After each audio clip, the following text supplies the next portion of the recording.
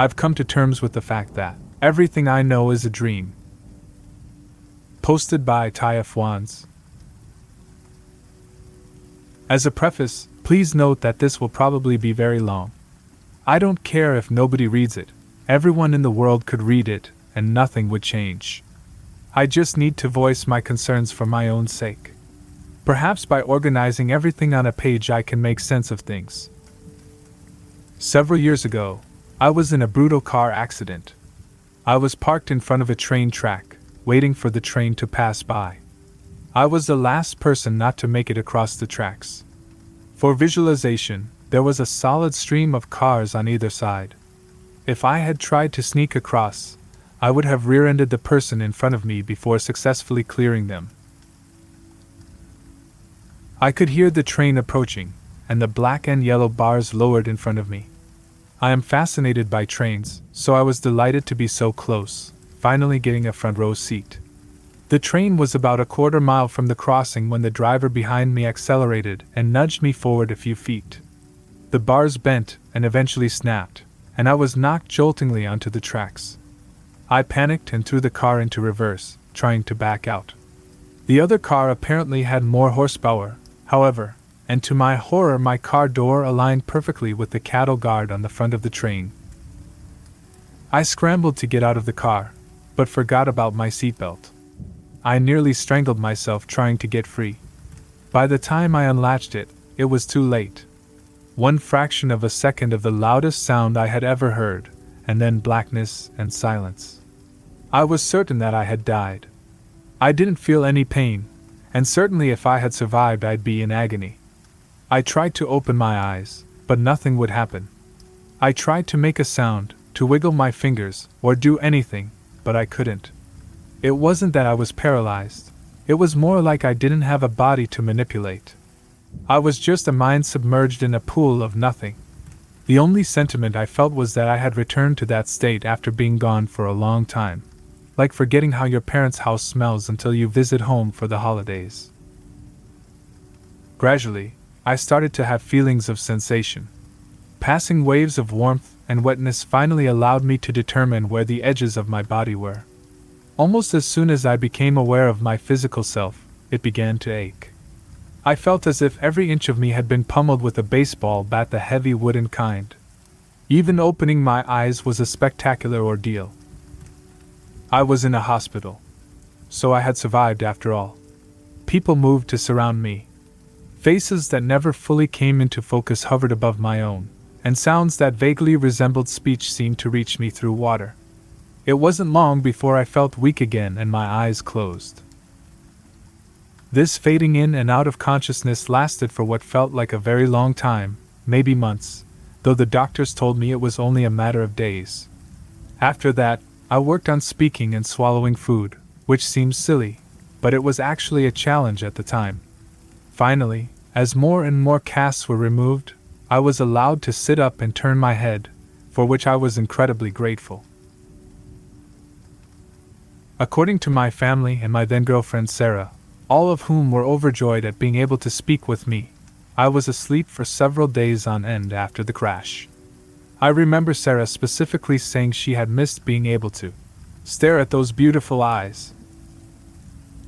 Time passed at an excruciatingly slow pace until physical therapy finally escalated to the point where I could be pushed around in a wheelchair. The doctors were surprisingly hopeful that I'd be able to walk again, but it was what they called cautious optimism. Nobody wanted to tell me I could be independent again, and then have to admit they were wrong later. Obviously, I was very hopeful myself, though even transferring from chair to bed was a painful challenge. It was around this time that I noticed I never dreamed anymore. When I slept, I only felt the same nothingness that I felt immediately after the crash. All the days blended together for a while after that. The next memory I can actually separate from the rest is the first time I tried walking on my own. There were staff members holding on to my arms and waist, just in case I fell, and with their help, I made it all the way across the room on my first try.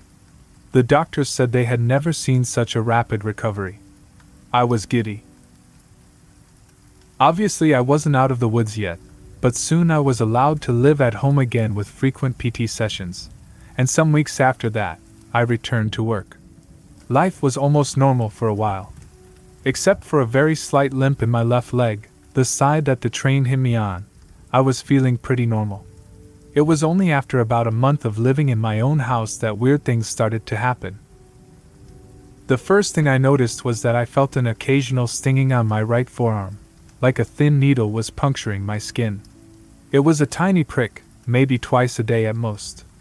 I figured it was just nerve trauma or something and blocked it from my mind. Feigning ignorance was harder to do when I started hearing things, though. While I was reading in bed one night, I thought I heard Sarah crying. I strained my ears to make sure, and I definitely heard her sobs, but very distantly, like I was submerged in a pool.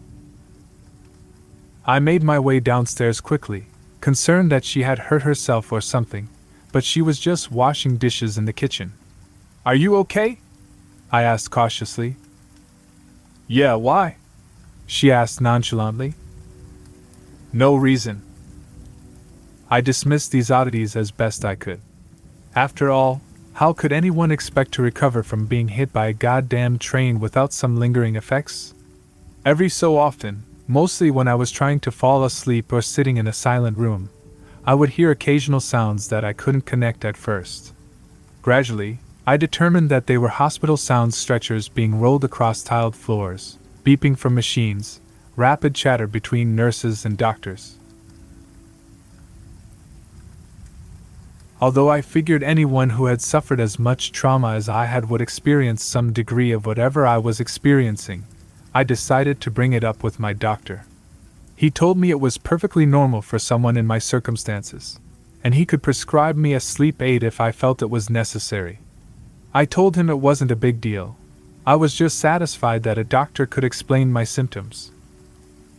The odd glimpses of what seemed to be my past only increased in frequency. When I slept, I finally dreamed again, but it was always the same thing. If I saw anything at all, it was a hospital room.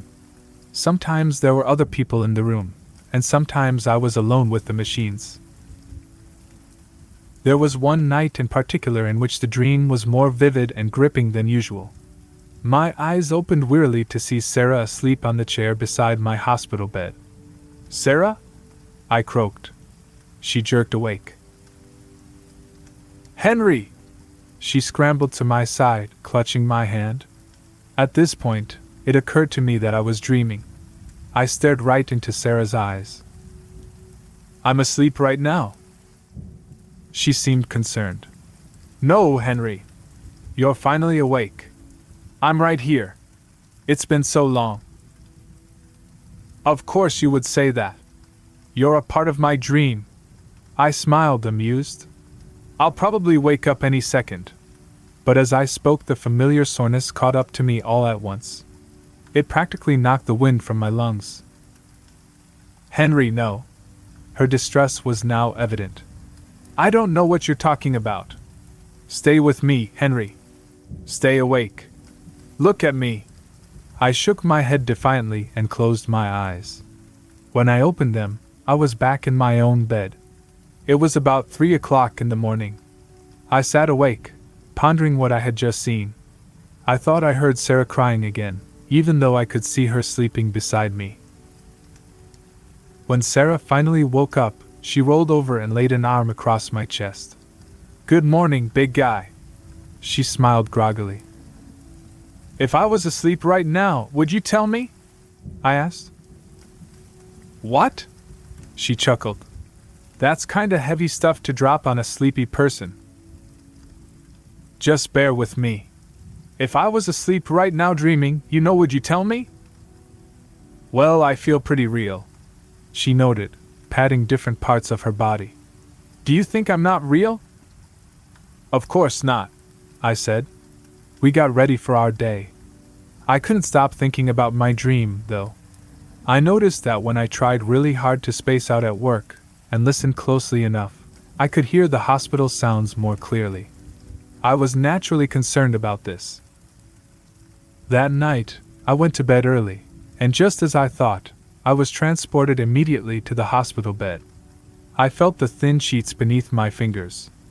I opened my eyes, and Sarah was reading a book in the same chair as before.